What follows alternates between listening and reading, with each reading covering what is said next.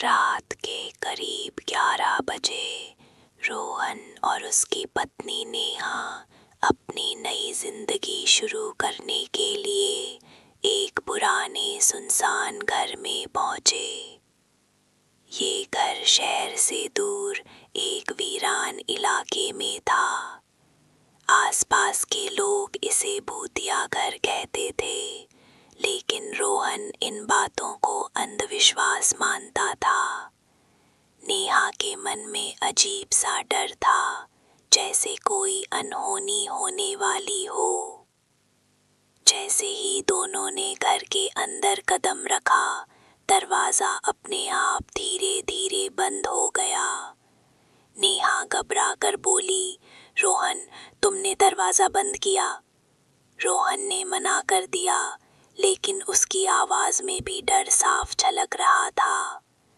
तभी ऊपर वाले कमरे से कदमों की आवाज आने लगी, जैसे कोई धीरे धीरे चल रहा हो। नेहा ने सीढ़ियों की तरफ देखा और उसे लगा कि कोई सफेद साड़ी पहने औरत उसे घूर रही है। उसने डर कर रोहन को आवाज दी। रोहन तुरंत ऊपर गया, लेकिन वहां कोई नहीं था। जब वो वापस नीचे आया तो नेहा गायब थी। रोहन पागलों की तरह पूरे घर में नेहा को ढूंढने लगा। तभी उसे एक पुराने कमरे की दीवार पर खून से लिखा दिखाई दिया, ये घर अब तुम्हारा नहीं है। अचानक पीछे से किसी ने उसका नाम लिया। रोहन मुड़ा तो उसने नेहा को देखा, लेकिन अब वो पहले जैसी नहीं थी। उसकी आंखें पूरी काली हो चुकी थीं और उसके चेहरे पर एक अजीब डरावनी मुस्कान थी। नेहा की आवाज बदल चुकी थी। वो बोली, तुमने हमें यहाँ क्यों लाया? इससे पहले कि रोहन कुछ समझ पाता, नेहा उस पर झपट पड़ी। अगली सुबह जब गांव वाले उस घर के पास पहुंचे तो दरवाजा खुला था और अंदर सिर्फ खून के निशान थे। दीवार पर लिखा था, अब अगला कौन आएगा? गांव वालों में डर फैल गया। तब एक बुजुर्ग ने उस घर की असली कहानी बताई।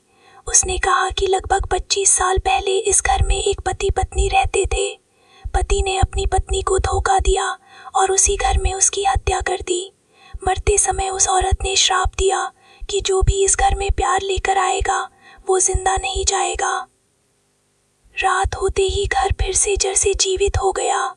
एक आदमी ने खिड़की से अंदर झांक कर देखा और डर से उसकी चीख निकल गई। रोहन जिंदा था, लेकिन अब वो इंसान नहीं रहा था। उसके पास काली आंखों वाली नेहा खड़ी थी और उनके पीछे एक जली हुई औरत की परछाई दिखाई दे रही थी। रोहन की आवाज गूंज रही थी, अब हम 3 हैं और हमें और चाहिए। ये सुनते ही घर के दरवाजे अपने आप बंद होने लगे और बाहर खड़े लोग डर कर भाग गए। अगली सुबह गांव से एक और पति पत्नी गायब थे। जब लोगों ने हिम्मत करके घर की दीवार देखी तो वहां एक नया संदेश लिखा था, प्यार यहाँ खत्म होता है। उस दिन के बाद कोई भी उस घर के पास जाने की हिम्मत नहीं करता, लेकिन रात के सन्नाटे में आज भी वहां से धीमी आवाजें सुनाई देती हैं, जैसे कोई किसी को पुकार रहा हो। और कभी कभी खिड़की में 3 परछाइयां दिखाई देती हैं,